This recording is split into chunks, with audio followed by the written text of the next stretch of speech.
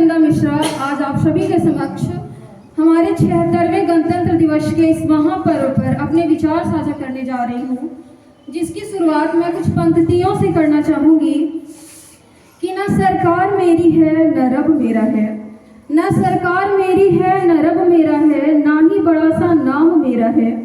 बस इतनी सी बात का गुरूर है मुझे कि मैं भारत की बेटी हूँ और ये भारतवर्ष मेरा है, और ये भारतवर्ष मेरा है।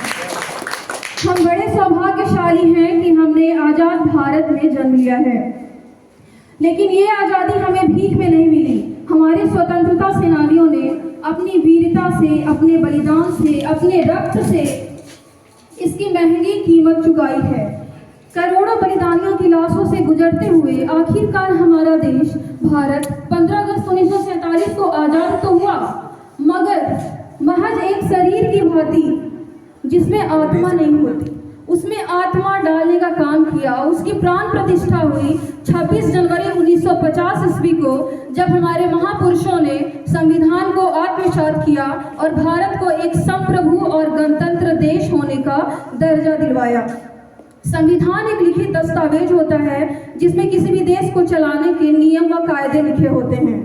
कई महापुरुषों ने संविधान निर्माण में अपना योगदान दिया है, परंतु B.R. अम्बेडकर का नाम उसमें महत्वपूर्ण रूप से लिया जाता है। अम्बेडकर साहब एक ऐसा देश बनाना चाहते थे, वे एक ऐसा संविधान बनाना चाहते थे जिसमें आज़ादी के बाद देशवासियों के बीच आई अमीरी गरीबी ऊंच नीच की खाई को बांटा जा सके। इसीलिए उन्होंने एक रूपता वाले संविधान के निर्माण पर जोर दिया। आज इस संविधान की ही ताकत है कि एक शारीरिक रूप से अपंग व्यक्ति भी अपनी शिक्षा की बदौलत सैकड़ों गरीब परिवारों को अपंग होने से बचा सकता है। आज इस संविधान की ही ताकत है कि अंडमान निकोबार जैसे दूर दराज के द्वीप समूह में बैठा एक आदिवासी व्यक्ति भी मुंबई जैसे महानगर में आकर एक ऊंचे पद पर आसीन होने का ख्वाब देख सकता है। आज इस संविधान की ही ताकत है कि एक गरीब किसान भी, एक आम से आम नागरिक भी अपने एक वोट की ताकत से भारत जैसे विशाल देश में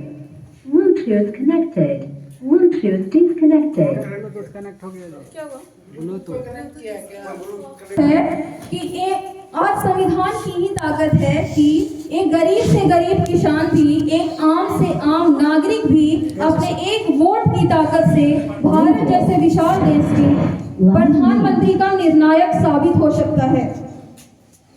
आज के इस दौर में जहां पूरी दुनिया युद्ध में उलझी हुई है, सभी लोग तानाशाही और कम्युनिज्म को ही लोकतंत्र से ज्यादा महत्व देने की बात करते हैं। उस दौर में भारत अपने विश्व गुरु होने का फर्ज निभाते हुए पूरी मजबूती के साथ खड़ा है। बस जरूरत है कि हम अपने देशवासियों को, अपने लोगों को संविधान के प्रति, उनके कर्तव्यों एवं अधिकारों के प्रति जागरूक करें, और उसका सबसे बड़ा जरिया हो सकता है शिक्षा, और शिक्षा का सबसे बड़ा जरिया हो सकता है शिक्षक।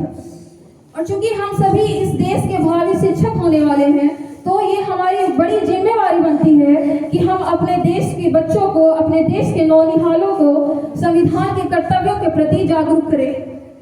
भारत ने यह साबित किया है कि लोकतंत्र की कटीली सीढ़ियों पर भी चढ़कर, भारत ने यह साबित किया है कि हम लोकतंत्र की सीढ़ियों पर भी चढ़कर धीरे धीरे ही सही, परंतु सफलता के शीर्ष तक पहुंच सकते हैं। अंततः मैं बोलते हुए बहुत ही गौरवान्वित महसूस कर रही हूँ कि मैं उस भारत से आती हूँ जो वीरता की वसुंधरा है। मैं उस भारत से आती हूँ जो वीरता की वसुंधरा है।